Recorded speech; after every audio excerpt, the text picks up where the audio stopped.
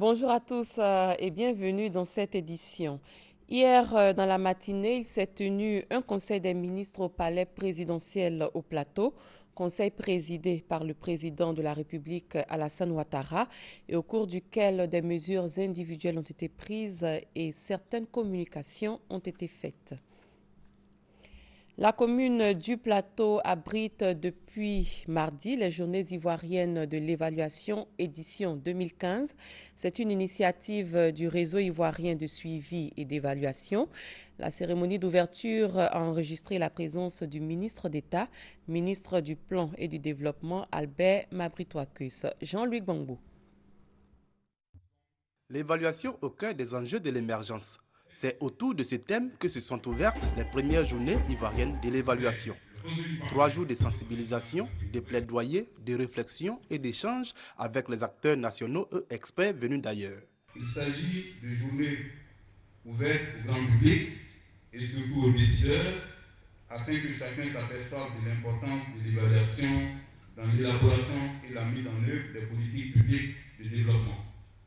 La déclaration de 2015 par les Nations Unies comme année internationale de l'évaluation permet de rappeler le rôle crucial que joue l'évaluation en appui aux objectifs de développement des pays. Même si 2015 n'avait pas été décrétée année internationale de l'évaluation, le devoir moral et notre redevabilité vis-à-vis des populations pour lesquelles nous travaillons avec les gouvernements nous auraient quand même commandé qu'on se pose la question de savoir où en sommes-nous par rapport à ces objectifs du millénaire. Ces journées visent globalement à sensibiliser les acteurs publics, parapublics et privés, ainsi que les communautés de base sur la nécessité de suivre et d'évaluer leur activité afin de contribuer efficacement à la vision Côte d'Ivoire, pays émergent à l'horizon 2020. La rencontre que vous organisez nous invite en toile de fond au changement de comportement, afin que dans une démarche pédagogique et heuristique, nous amenions nos services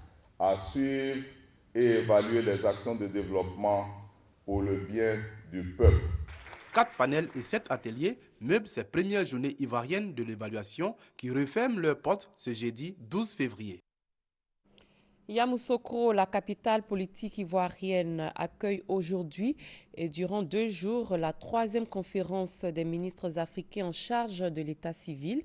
Thème de la rencontre, promotion de l'utilisation de l'état civil et des statistiques de l'état civil pour l'appui à la bonne gouvernance en Afrique. Et la cérémonie s'ouvre en présence du ministre d'État, ministre de l'Intérieur et de la Sécurité, Ahmed Bakayoko. On a célébré hier dans le monde la Journée internationale pour un Internet plus sûr, une journée visant à sensibiliser à une utilisation plus prudente et responsable de l'Internet. L'édition 2015 se déroule autour du thème « Ensemble pour un meilleur Internet ». Christelle Nda. La date du 11 février 2015 est la Journée mondiale pour un Internet plus sûr. Internet, véritable outil d'information, un espace de liberté où chacun peut communiquer, découvrir et partager. Le principe fondateur d'Internet est sa neutralité. Il exclut toute discrimination. Mais de récents développements, entre autres de la cybercriminalité, de l'arnaque, du harcèlement, portent un coup à la crédibilité de cet outil. Conscient de la situation, le gouvernement ivoirien a adopté des mesures sécuritaires pour la protection des données à caractère personnel. Nous avons identifié l'ensemble des utilisateurs de l'Internet.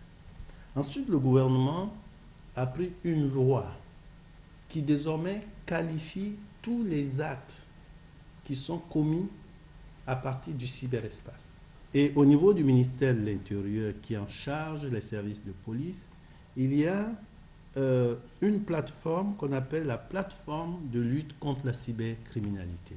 C'est l'occasion d'interpeller les jeunes internautes et leurs familles sur les droits, les devoirs et les responsabilités des internautes en ligne. Et il faut que tous, parents, enfants, nous soyons responsables vis-à-vis du cyberespace. Que les parents encadrent leurs enfants. Que les enfants sachent qu'ils ont une responsabilité lorsqu'ils sont dans le cyberespace. Autre aspect de cette journée, c'est d'informer les jeunes sur l'utilisation d'Internet, les inciter à réfléchir sur leurs pratiques, mais aussi leur donner les outils sociaux et techniques pour profiter pleinement du numérique. La Journée mondiale pour un Internet plus sûr existe depuis 2004 et a été instaurée par les Anglo-Saxons. C'était donc le reportage de Christelle Nda avec le récit de Patricia Omouetia. Bientôt de l'emploi pour 6 000 jeunes sans qualification. C'est une décision du gouvernement qui se situe dans le cadre des travaux à haute intensité de main-d'œuvre. Il s'agira pour ces jeunes de curer les caniveaux et de nettoyer les grandes artères. Grâce Kondo. Les travaux à haute intensité de main-d'œuvre dénommés TIMO permettent de créer des emplois immédiats pour des jeunes sans qualification. Un pan du projet d'assistance post-crise mis sur pied par le gouvernement ivoirien en vue de lutter contre le chômage et la pauvreté. 6 000 emplois concernant des jeunes de 18 à 40 ans ont été prévus sur le plan national. Dans la commune d'Atekoubé, 450 jeunes ont été recrutés pour le projet TIMO. Ils auront pour tâche, entre autres, de curer les caniveaux, balayer les chaussées et trottoirs et entretenir les espaces verts. Cette activité va durer 6 mois. À raison de 20 jours par mois, normalement nous comptons 120 jours pendant les 6 mois. Au terme de ces 6 mois, les jeunes seront amenés pendant qu'ils travaillent à constituer une épargne, au terme de laquelle le PAPC va faire un complément que nous convenons d'appeler techniquement le matching grant, qui va être le don d'un montant équivalent à ce que le jeune aura épargné et justifié, pour lui permettre, au terme des 6 mois, de mener certaines activités qui sont génératrices de revenus. Une action saluée par les autorités municipales et les bénéficiaires. Je voulais dire un grand merci au gouvernement pour cette initiative et le conseil municipal et la municipalité saisissent l'opportunité pour l'intégrer à notre plan de rénovation urbaine. Parce que nous avons besoin de rénover notre cité au niveau des infrastructures, mais aussi au niveau des comportements et de l'amour du travail, au niveau de la jeunesse. Donner de nouveaux repères aux jeunes. Que nous arrêtons de commander de gauche-droite, que nous travaillons à la sueur de nos fronts pour pouvoir obtenir notre pain. Nous sommes très contents. Cette cérémonie a été aussi l'occasion pour le maire d'en Haut-Paulin d'équiper le centre de santé d'Atekoubé en matériel médical, ce qui va permettre une meilleure prise en charge des patients.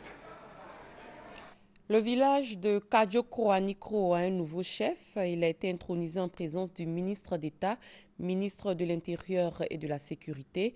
C'était l'occasion pour Ahmed Bakayoko d'appeler les cadres de la région à la cohésion et l'entente. Le ministre d'État a aussi offert plus de 3 millions de francs CFA au peuple gban, et cela au nom du président de la République, Alassane Ouattara. Abou Sanogo. C'est une première pour le peuple gban du village de Kadiokro-Anikro dans la sous-préfecture de Toumoudi. Une femme est intronisée chef de village. Il s'agit de Nana Ndoli Amlandou. Elle succède à Nana Kwadjo Kwasi qui a régné pendant 38 ans. Une intronisation aux allures des fêtes en présence du ministre d'État, ministre de l'Intérieur et de la Sécurité Ahmed Bakayoko, de la présidente fondatrice de l'ONG Servir, Henriette Konambédié, des ministres Aoussou Kwadjo Jano, Rémi Alakwadjo et Raymond Goudou Kofi. Président d'honneur de la cérémonie, le ministre d'État Ahmed Bakayoko a salué le peuple gban pour sa grande mobilisation. Il a rendu un hommage à Henriette Konambédié pour toutes ses actions en faveur de la paix et de la réconciliation en Côte d'Ivoire avant d'exhorter la population gban à s'approprier l'appel de Daoukro. Dans l'appel de Daoukro, il y a tout pour que la Côte d'Ivoire soit bien aujourd'hui et demain. Le soutien à la candidature du président Ouattara. Le parti unifié pour rassembler tous les enfants de Fouad-Boigny pour qu'une alternance naturelle découle, de sorte que tout le monde soit bien et content. Ahmed Bakayoko a également prodigué de sages conseils à Nana Ndoli Amlandou, nouvelle autorité traditionnelle de Kadiokro-Anikro. Vous pouvez compter sur le soutien du président de la République, sur le soutien du Premier ministre et sur le soutien de votre ministre de tutelle pour la réussite de votre mission. Soyez une chef qui rassemble son peuple. Soyez une chef qui apporte du bonheur et du développement à son peuple. Je sais que nous pouvons compter sur vous pour aider les populations de Kadiokro. La marraine de la cérémonie, Henriette Konan-Bédié, et le ministre Jeannot Ahoussou-Kouadio ont salué les nombreuses actions de développement du président Alassane Ouattara en faveur du bien-être des populations. Plus de 3 millions de francs CFA ont été offerts au peuple Gban au nom du chef de l'État Alassane Ouattara. La nouvelle autorité traditionnelle de Kadiokro-Anikro est âgée de 70 ans. L'inauguration du pont de Jacquesville, c'est pour bientôt. Avant cet événement, le directeur de cabinet du président de la République, Marcelin Amontano, s'est rendu dans la ville où il s'est entretenu avec les chefs traditionnels. Il était question pour lui de recueillir leurs attentes avant l'arrivée du chef de l'État pour l'inauguration du pont de Jacquesville prévu en mars. Gabriel Zani. Les chefs de village et de terre des 15 villages aladjans étaient tous présents à Avagou pour écouter l'émissaire du chef de l'État à quelques semaines de l'inauguration du pont de Jacquesville. Un pont attendu depuis des années et qui résoudra en partie les problèmes de chômage des jeunes et de l'inaccessibilité aux soins médicaux des populations. L'arrivée de Alassane Ouattara à Jacquesville est donc très attendue. Nous avons le sourire large, parce que son Excellence le président Alassane Ouattara ne nous oublie pas. Et le pont de Jacquesville est prêt à être livré aux populations. Nous n'oublierons pas au niveau du programme présidentiel d'urgence les autres réalisations qui sont en cours dans nos villages. Le bitumage de la voie Jacquesville-Toukouzou-Ozalem fait partie des travaux en projet dans le programme présidentiel d'urgence. Marcel Amontano a aussi annoncé qu'un montant de 3,3 milliards de francs CFA sera mis à la disposition des populations.